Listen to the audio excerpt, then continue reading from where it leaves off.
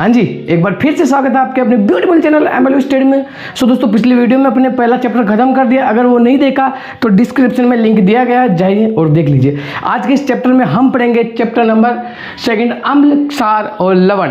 अम्ल, क्षार, लवण बहुत ही छोटे से में खत्म कर देंगे। बहुत ईजी चैप्टर है, कह रहा हूँ। आप 15 से 20 मिनट आप देखना, बहुत अच्छा चैप्टर है। पूरा का पूरा आपको समझ में आ जाएगा। और इसका जो नोट्स है वो डिस्क्रिप्शन में लिंक में दिए गए हैं, वहाँ से आप डाउनलोड कर सकते हैं। ठीक है, सबसे पहले अपन पढ़ते हैं अम्ल और क्षार क्या होते हैं। इनमें अंतर के साथ में समझेंगे, इन दोनों को डिफरेंस करके समझेंगे। ठीक है, देखिए अम्ल क्या होते हैं। अम्ल जो होते हैं बेसिकली स्वाद में खट्टे होते हैं। कैसे होते हैं? अम्ल जो होते हैं स्वाद में क्या होते हैं? ये खट्टे होते हैं। वेरी गुड सर, समझ में आ गया। क्षार कैसे होते हैं फिर? हाँ, तो क्षार देखिए, क्षार आपके कड़वे होते हैं। बिल्कुल, क्षार कड़वे होते हैं, बिल्कुल सही बात है। फर्स्ट पॉइंट लिख लिया हमने। सेकंड बताइए। तो सेकंड होता है कि अम्ल जो होता है नीले लिटमस पत्र को, एक पेपर होता है आपके टिश्यू पेपर जैसा ही एक पेपर होता है, वो नीले लिटमस पत्र को लाल में बदल देता है। सर किस में बदल देता है? लाल में। वेरी गुड, सही है। इसमें क्या करते हैं? इसका उल्टा कर दो, लाल लिटमस पत्र को ये नीले में बदल देता है। लाल लिटमस पत्र को नीले में बदल देता है। बिल्कुल समझ में आ गया। थर्ड, अम्ल जो होते हैं जलीय विलयन में, कौन से विलयन में? जल में अगर उसको मिलाते हैं अम्ल को, तो जलीय विलयन में H+ आयन का त्याग करते हैं। बिल्कुल, अम्ल H+ आयन का त्याग करते हैं। तो क्षार क्या करेंगे सर? क्षार जो होते हैं OH- आयन का त्याग करते हैं। OH- आयन का त्याग करते हैं। बिल्कुल सही है। चौथा पॉइंट बताइए। चौथा यह है कि अम्ल जो होते हैं वो जलीय विलयन में विद्युत धारा का प्रवाह करते हैं। क्या करते हैं? विद्युत धारा का प्रवाह करते हैं। लेकिन क्षार बिल्कुल नहीं करते हैं, विद्युत धारा का प्रवाह नहीं करते हैं। ये चारों पॉइंट आपको याद कर लेने। पहला, अम्ल स्वाद में खट्टे होते हैं, क्षार कड़वे होते हैं। अम्ल नीले लिटमस पत्र को लाल में बदलता है और क्षार लाल को नीले में बदलता है। अम्ल जलीय विलयन में H+ आयन का त्याग करते हैं, क्षार OH- आयन का त्याग करते हैं। अम्ल जलीय विलयन में विद्युत धारा का प्रवाह करते हैं और क्षार बिल्कुल भी नहीं करते हैं। चलिए सर, बिल्कुल समझ में आ गया हमारे को अम्ल और क्षार में अंतर। अब अम्ल और क्षार के अपन पढ़ने जा रहे हैं रासायनिक गुण। ठीक है, ध्यान से देखना, बहुत इजी है। सबसे पहले अम्लों के रासायनिक गुण पढ़ते। ये तो भौतिक गुण थे, नॉर्मल जो थे। ठीक है सर, ठीक है। अम्लों के रासायनिक गुण क्या पढ़ेंगे सर? रासायनिक गुण पढ़ाओ सर। बिल्कुल पढ़ेंगे अम्लों के रासायनिक गुण। पहला, अम्ल की अभिक्रिया धातु के साथ करवा दो। ये लो सर, अम्ल की अभिक्रिया धातु के साथ अगर कर देते हैं तो क्या बनता है? अम्ल की अभिक्रिया अगर धातु के साथ करते हैं तो लवण व जल बनता है। लवण और हाइड्रोजन गैस निकलती है, इसमें जल नहीं, लवण और हाइड्रोजन गैस निकलती है। Very good.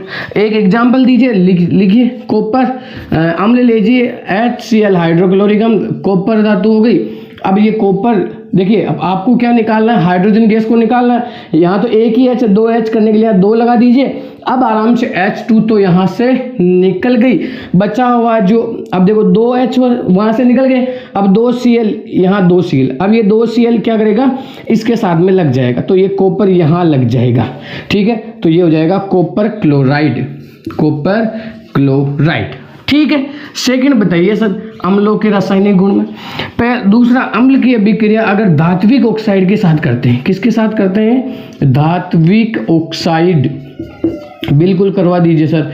धात्विक ऑक्साइड क्या होता है सर? धातु के साथ में ऑक्सीजन लग गई तो धात्विक ऑक्साइड बन गया। ठीक है, अम्ल ले लीजिए HCl प्लस धात्विक ऑक्साइड क्या लूं? Copper oxide. यहाँ ओनली कॉपर था, कॉपर के साथ में ऑक्सीजन को बिठा दिया तो क्या बन गया? Copper oxide. बिल्कुल सही है सर। अब देखना यहाँ क्या होता है, अम्ल की अभिक्रिया धात्विक ऑक्साइड के साथ करवाते हैं तो लवण व जल बनता है। क्या बनता है सर? लवण व जल। बिल्कुल, तो यहाँ जल तो निकाल ही दीजिए, कंपल्सरी है। देखो यहाँ H2 है तो H2 करने के लिए यहाँ मैंने 2 लगा दिया, गलत बात नहीं है। तो H2O, ये दोनों एक साथ अभिक्रिया करके तो जल बना दिए। अब कौन कौन बचा? Cl और कॉपर, तो कॉपर क्लोराइड यहाँ पे भी बन जाएगा। ये बन गया सर। बताओ कोई दिक्कत है क्या? कोई दिक्कत, कोई परेशानी, कोई समस्या ही नहीं होनी चाहिए आपको इसमें। चलिए सर, ये अम्लों के रासायनिक गुण हो गए। अब बढ़ो आप हमारे को क्षार के रासायनिक गुण। तो अब अपन पढ़ते हैं क्षार के रासायनिक गुण। क्या है क्षार के रासायनिक गुण? ठीक है, बिल्कुल बहुत ईजी है। अभी करना क्या है, आपको ध्यान से देखना, गौर से देखना। यहाँ अम्ल की जगह क्षार लिख दो सर, बिल्कुल लिख दिया। और यहाँ पे भी क्षार लगा दो ना। क्षार क्या होता है सर? क्षार देखो, पहले अम्ल और क्षार के मैंने एग्जाम्पल बताए नहीं, तो देख लेना। अम्लों में आप HCl लिख देना, HNO3 लिख देना, और क्षार में NaOH हो जाएगा, NaHCO3 हो जाएगा। ये कुछ क्षार है और अपन पढ़ेंगे, अभी आप इतने याद रखना। ठीक है, बिल्कुल सर, बिल्कुल। तो मैं क्षार ले लीजिए NaOH, ये ले लिया सर NaOH। अब क्या करें, H2 गैस तो निकलेगी ही, निकाल दिया। यहाँ पर अब बनेगा क्या? बनेगा आपके देखना Na2CuO।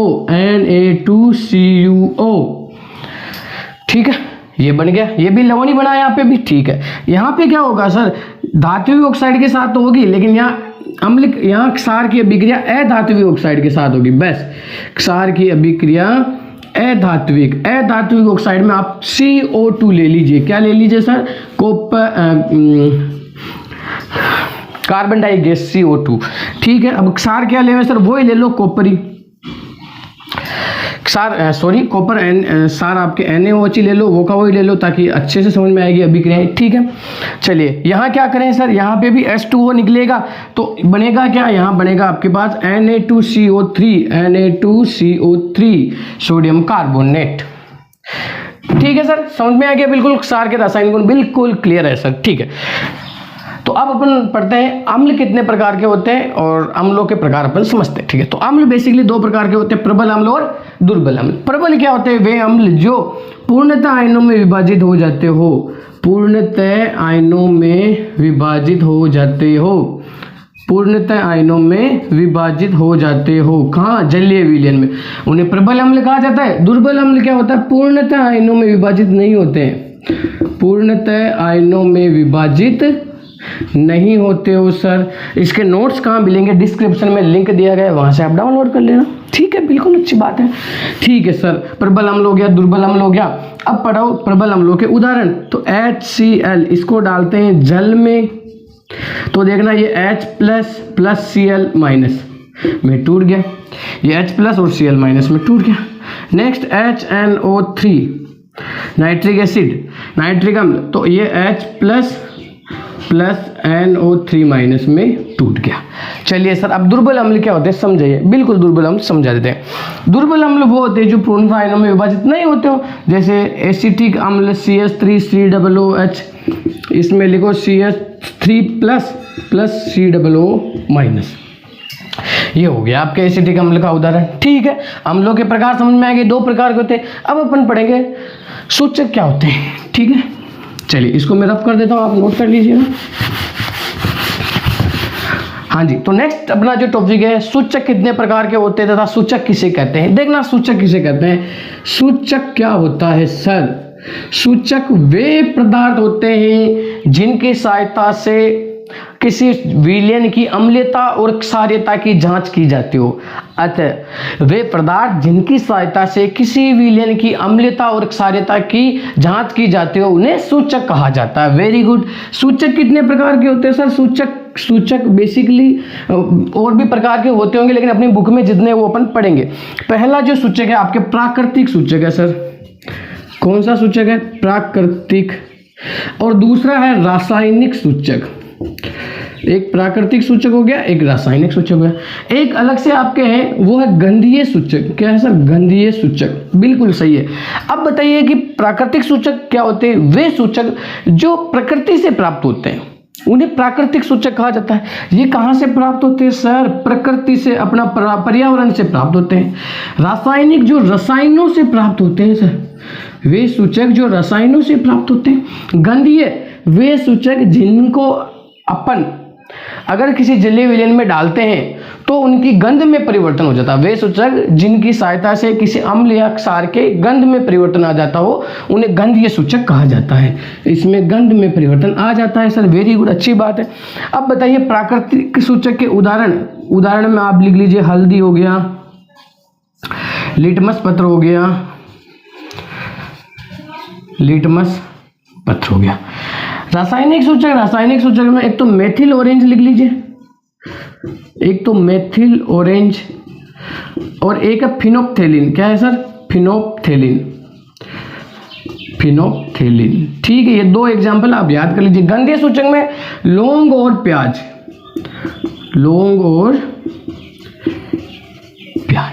ठीक है। चलिए, एक आपके एग्जाम में क्वेश्चन आया हुआ है कि अम्ल बेसिकली कि आपके जो प्योर जल होता है, शुद्ध जल का पीएच कितना होता है? तो वो 7 होता है, ध्यान रखना, अभी अपन पढ़ेंगे, ठीक है। चलिए, तो अब नेक्स्ट टॉपिक अपन पढ़ते हैं। चलिए, जो नेक्स्ट टॉपिक है अपना है पीएच स्केल क्या होता है, ठीक है। तो पीएच स्केल हेडिंग डाल दीजिए, पीएच स्केल, ठीक है सर, पीएच स्केल हेडिंग डाल दिया। पीएच स्केल क्या होती है? एक ऐसी स्केल है, एक ऐसा मापदंड है जिसकी सहायता से अपन सभी जलीय विलयनों की अम्लता क्षारीयता का पता लगा सकते हैं। वह एक माप ऐसा यंत्र जिसकी सहायता से सभी जलीय विलयनों की अम्लता और क्षारीयता को ज्ञात किया जाता हो, उसे पीएच स्केल कहा जाता है, ठीक है सर। पीएच स्केल कैसी होती है? इस तरह से एक स्केल आकृति होती है, बीच में इसके 7 होते हैं और 7 से कम अंक होते हैं 0 तक, और 7 से आगे यहाँ पर 14 तक अंक होते हैं लास्ट में, ठीक है सर। क्या होता है? इसको अपन इस स्केल को जलीय विलयन में डुबोते हैं। अगर जैसे आपके थर्मोमीटर में टेम्परेचर ऊपर आता है, वैसे इसमें एक लाइन होती है, यहाँ से ऐसे ऊपर आता है, ये लाइन ऊपर ऐसे आती जाती है। तो ये लाइन अगर 7 पे आ जाती है तो आपका जो जलीय विलयन है वो उदासीन है सर। क्या है? उदासीन है। अगर 7 से कम आता है, 7 से कम आता है, तो वो जलीय विलयन कैसा रहेगा सर? अम्लीय रहेगा। बिल्कुल सही बात है। अगर 7 से अधिक आता है तो वो जलीय विलयन कैसा रहेगा सर? क्षारीय रहेगा। कैसा रहेगा? क्षारीय जलीय विलयन रहेगा। एग्जाम में आपके एक क्वेश्चन आया हुआ है, बहुत अच्छा है। क्वेश्चन ये है कि एक ग्वाला ताजे दूध में बेकिंग सोडा मिलाता है, क्यों मिलाता है? बेकिंग सोडा जो होता है बेसिकली होता है क्षारीय। क्या होता है? क्षारीय। देखना, ये रहा आपके ताजा दूध, ठीक है। ग्वाले ने इसमें बेकिंग सोडा मिलाया, पहले ये क्या था? उदासीन था, मान लीजिए। क्या था? उदासीन था, मान लीजिए ये दूध, ठीक है। अब इसमें क्या मिलाया? इसने क्षार मिला दिया। बेकिंग सोडा एक क्षारीय पदार्थ होता है, क्षार मिला दिया, तो ये दूध कैसा हो गया सर? अब हो गया ये भी क्षारीय हो गया। इसलिए मिलाया क्योंकि अब ये क्षारीय हो गया, क्षारीय से उदासीन पे जाएगा, उदासीन से अम्लीय होते ही दूध जो होता है खराब हो जाता है, फट जाता है तो अम्लीय हो जाता है, नहीं होता, इसीलिए ये अम्लीय होता है, ये खराब हो जाता है। तो अब बेसिकली होगा क्या? क्षार मिला दिया, तो पहले उदासीन था, अब वो क्षारीय हो गया। अब देखो, इस दूध को क्षारीय होने में वापस उदासीन पे आने में टाइम लगेगा, और उदासीन से वापस अम्लीय आने में टाइम लगेगा। इसीलिए वो दूध को खराब होने से बचाने के लिए क्या मिलाता है? इसके अंदर बेकिंग सोडा मिलाता है। चलिए, आपके एक लास्ट टॉपिक रह रहा है, अपन कल पढ़ेंगे। अभी के लिए इतना ही। जय हिंद, जय भारत दोस्तों। लाइक करना, शेयर करना और अपने दोस्तों तक इसको बताना। Thank you so much.